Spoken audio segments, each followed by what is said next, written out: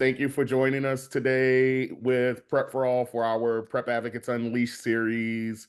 James is a Prep user from Georgia. So, James, tell us a little bit about how you first learned about Prep. So I learned about prep around like 17, 18 years old. I was still kind of new to the gay lifestyle, if that makes sense. But I also would just saw commercials and just seeing like different advertisements about it. Okay. And I know you've kind of done some stuff on your own on YouTube to kind of educate your community about Prep. Tell us a little bit about why you did that and what that process was like. So YouTube, I was on there to be very transparent about the gay lifestyle because I'm confident being a black queer man, and I want to show other people that it's okay that purpose for everyone is you should be on it to make sure that's safe for yourself, but for your partners. So that's my biggest thing about safety and advocating for just queer people like me to not be misled. Right. So, and what has that experience been like being on prep? Like, how's that been for like your love life, your sex life, your overall health? Like, what are some of the benefits of being on prep that you've seen? So being on prep, it allows me to be more consistent with taking my medicine because you take it every single day, and I have the pill form, of course. So it allows you to just stay on top of that. Another thing is that you want to be careful because there's times where you want to have unprotected sex, and there's times where you do have protected sex. Regardless of which one, you still got to maintain that level of safetyness when trying to engage with other partners because someone may tell you something and be another whole different story. So that's how I see it. And another thing is like with um I go to the health department and they work with me very well. They have me schedule my appointments, they ask me questions, they do physical exams. That it's a wonderful experience and my for my health department. So they the one who put me on for real. Oh, and how'd you find out about getting prep from the health department? Was it a campaign or did a friend tell you? So a friend told me, a long friend of mine, he told me about it. And so I was a little shaky at first because I didn't want to say the wrong thing because nowadays like saying talking about prep or talking about something like gay related is not knowledge to a lot of doctors. And so when I went up there, they told me off the bat, like, hey, we have this service, we can get you done. Gave me the information, they did some blood tests, and bam. So I was happy that my friend put me on. So you mentioned that you are on the pill form of the medication. Have you talked to your provider about like the new long-acting injectables, or is that something you're considering, or you So is working for with you? the with the injectables, I'm in Columbus, Georgia. So I mentioned it to them.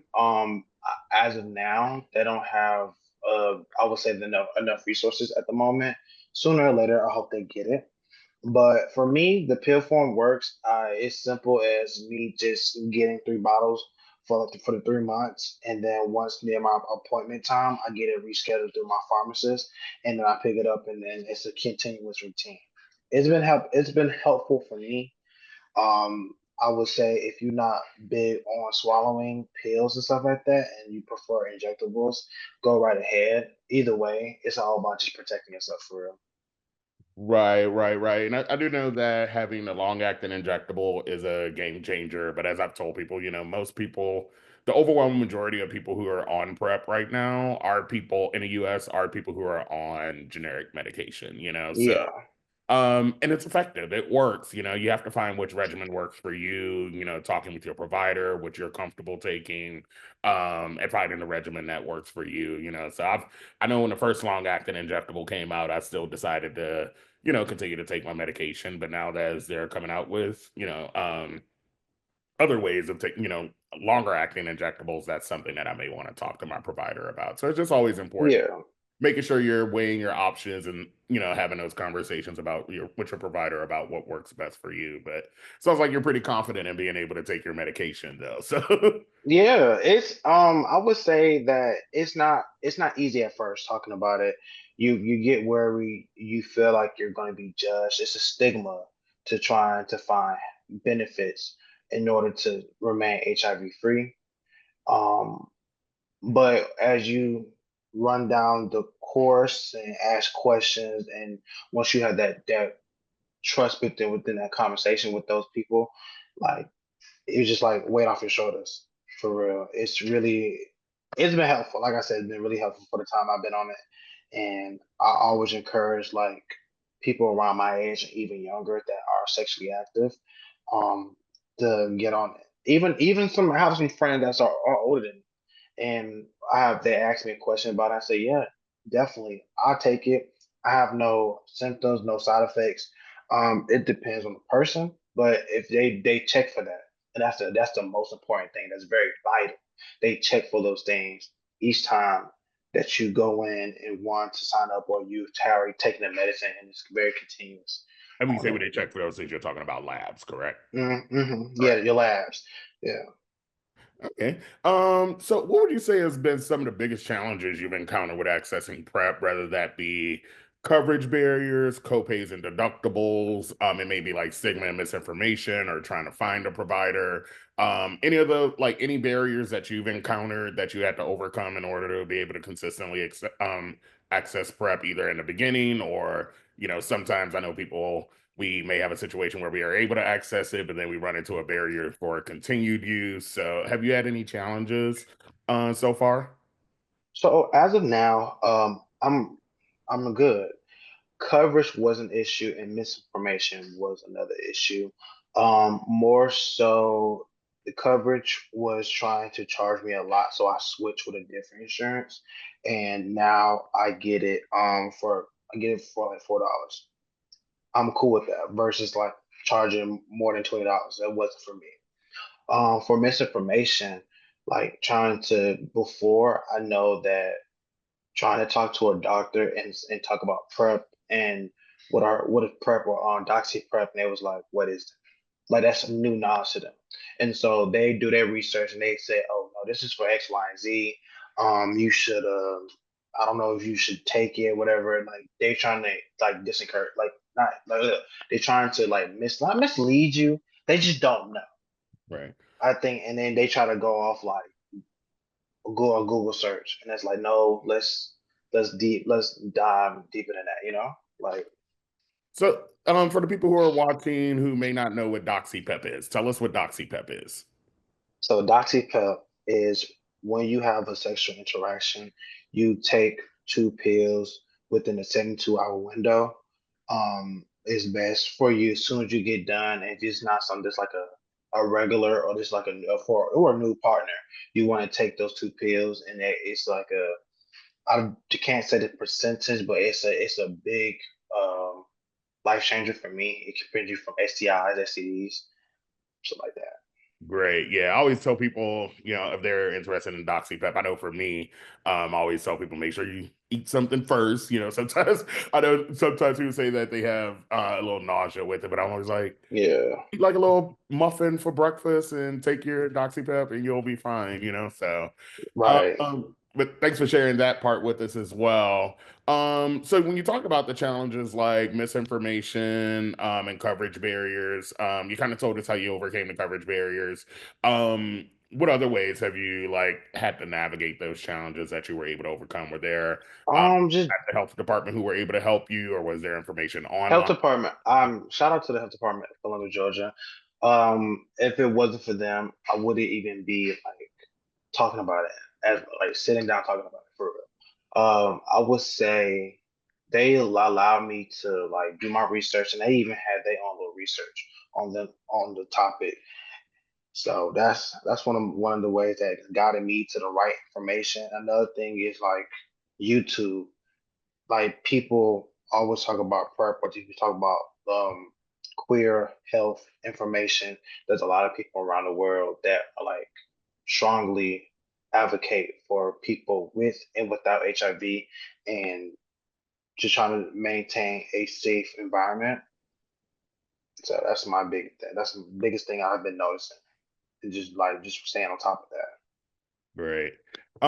So what do you outside of like personal experience, what have how what is the impact of PrEP being available? You said, I love that you say like you're a proud, young queer Black person, how do you see PrEP as having an impact on your community?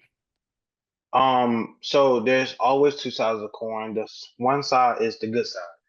PrEP has allowed people to maintain a safe route with exploring themselves sexually. Um, the bad side is the stigma. A lot of people within and without the queer community believe that PrEP is just another way to try to quote unquote stay safe from sexual diseases, and so they can just have sex with multiple partners. But that's not the case. PrEP is supposed to protect you, but with that mindset, you also discourage people from wanting to get on it because it makes them feels as if they're just floozy or they just mess around with different people, and that's not the case at all. Right. And I think a big part of how we get people on PrEP is meeting people where they are, not shaming them, rather I've worked in a clinic and I would have people say like, "Oh, I'm not out there like that." And you would ask them like, start asking them more questions Yeah, about their sex life. And I think people kind of associate sex with shame. So, you'll kind of realize, right. okay, well, you still are in, you don't want to pressure anybody, but like realizing like, okay, you are engaging in condomless sex. That's a natural desire. But, because of the stigma associated with PrEP, it's kind of like, if I do it, it's not bad. But if I take something that allows me to do it, Right. then It's it's just like it leading you to the bad, and that's not the case. I think you one of know. the things I learned is becoming transparent and being vulnerable about these things because those two things go hand in hand. Being able to talk about the experience and being able to share your experience allows other people to come out their shell and be able to talk about their experiences because if everyone's quiet, who's going to eat? You know what I'm saying? If everyone's mouth is closed, like where the food at? You know what I'm saying? That's how I see it. So right now, so you talked about like some of the positive impacts on both yourself and your community with PrEP. One of the things that we've advocated long for with PrEP for All is a federally funded national PrEP program that would address coverage barriers, that would address like misinformation and stigma and lack of knowledgeable providers and making sure that we're like educating the community on PrEP.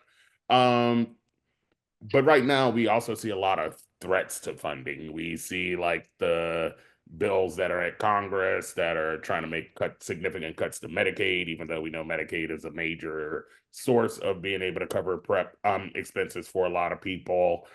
Seeing cuts to like health departments and cuts to nonprofit organizations that help people get on PrEP. Tell us what the impact on your community would be because you just bragged about like how great the health department was with helping you. If the health departments and organizations didn't have these resources, or if we had cuts to like Medicaid, what would that impact be like on your community? It's such an impact on those budget cuts against with Medicaid and those services that help with bringing PrEP together because it's not a lot of people have the resources or the I would say even the transportation to get those to that medicine. And without that medicine, then that's when you take it for so long and then you just stop, out of nowhere. That's where the issues and the problems come in. That's where they arise. Another thing is you talk about just like I'm big on budget cuts. I feel like that goes back to the stigma. A lot of times that people have this notion that it's about the queer community, but it's about everyone. No longer if you're queer, long as you're a heterosexual person, an ally, it don't matter. Everyone is being affected by this, and that's when you have to kind of put your foot down, like, hey, this ain't cool. You gotta make the phone calls. You gotta reach out to the important people because these are the people that are making the decisions. They're checking yes, they're checking them. So with all that being said, I always strive for people, for those who may not take it, and for people that do take it, it's always important to advertise. I would not even say advertise or advocate for making sure that PrEP is accessible, but just medicine that will help everyone in a whole is accessible to everyone. Right. And I'm glad you brought that up that this is PrEP is just not something for LGBTQ individuals. We know Right. that HIV impacts a lot of us, whether you are gay, straight, trans, cisgender. And so just being able to make sure that when we tell our stories and when we talk about the importance of having these resources, because oftentimes people use homophobia and transphobia as a way to like perpetuate stigma around HIV. And Exactly. yeah, so also, making sure that it's like, HIV can impact anybody and making sure that as a community we have those resources where if someone's sexually active that they can make the choice to get on PrEP or at least have the opportunity to talk to their provider about PrEP and not have to run into like those different coverage barriers or run into those barriers with like provider access. So, It's unfortunate because going back what you said, the like whole like homophobia and transphobia, going back to the 80s and 90s. I wish that we had these type of resources back in the day because a lot of people would be alive. A lot of people would be able to tell their story. A lot of people would still be doing the things and they, helping the community. So now it's like all that's been fun to be stripped away. We're gonna go backwards. We need to go right. forward. And You know what that's I'm saying? and that's really what a lot of I've heard that like three times just today. Like we can't go backwards. We need these resources because we have so many tools now to protect ourselves and remain HIV negative. And if you're living with HIV to live a long, healthy life. Um, Yeah. but key to it is making sure that we have all of the resources, like but well-funded health departments and CBOs and making sure we have like Medicaid expansion. All of those things are important. In a national PrEP program, all of those things do become important to make sure that people have access. So, Yeah. but I want to thank you, James, so much for taking time out of your day to talk with us. James is also a member of PrEP for All's PrEP Users Union. You can find out more information about the PrEP Users Union by going to prepforall.org/PrEP saves. Where we engage people like James and other PrEP users, current or former PrEP users, around not just HIV policy discussions, but also ways to continue to make our community aware of all of these things that are going on that impacts PrEP access. So thank you so much, James, for being active in the PrEP Users Union and for taking time out of your day for the PrEP Advocates Unleash series recording. Thank you so much. I appreciate being here. Thank you.